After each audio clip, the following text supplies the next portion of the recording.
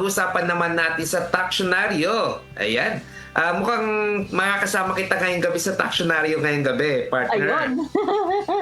Partner Chris, itong katanungan ko ngayong gabi. Ito, alam natin to pares, itong topic na to. Ano ba yung tax mapping, partner Chris? Ayun. Ang tax mapping po, ito po ay ginagawa or kinakandak ng mga revenue officials from the Bureau of Internal Revenue to check kung ang isang business establishment ay nakaregister po ba sa kanila, nag-i-issue po ba siya ng resibo, yung ating invoice na tinatawag, isa na lang po yan ngayon.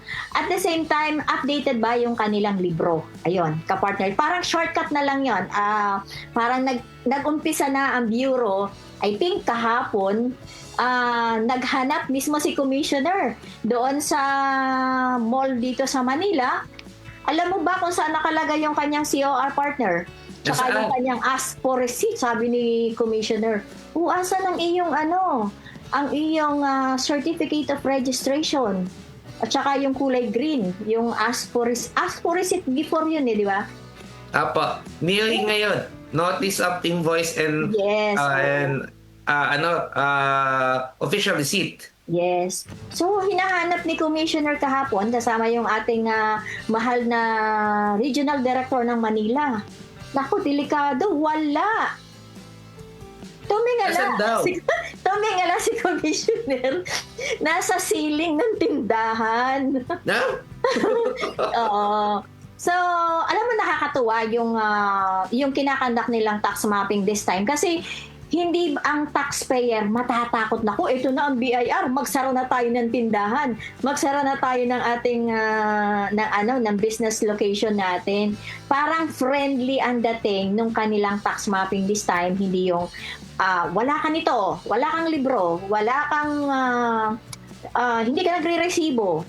Penalty, patak na naman yung metro po ng penalty. Pag nagta-tax mapping, yung lahat ng mga violations, nandoon na yun eh. Pero this time po, parang nangyari, parang kinakatok lang tayo ng Bureau of Internal Revenue. Pero, hindi updated yung iyong libro. Hindi naman po tokhang yung katok. Hindi naman friendly ang dating. Oo. Actually, hindi lang sa Binondo nangyari kahapon. Kanina meron ng bandang Southern Luzon akong nabalita. Ayun. So, gumagalaw na lahat ang bureau nationwide. Actually, partner Chris, ngayong week ay National Week of Tax Mapping. Akala ko Tax Mapping Week. buong Pilipinas ang may tax mapping ngayon. Oo, balita ko nga Mindanao meron na rin eh. Yan na yung natin, taxionary natin mga partner. So, wag kayong matatakot sa tax mapping. Hindi sila nangangagat. Hindi yan sumasakmal. Lang po, nagpapaalala lang po ng mga natin. Kailangan nating comply sa ating mga negosyo.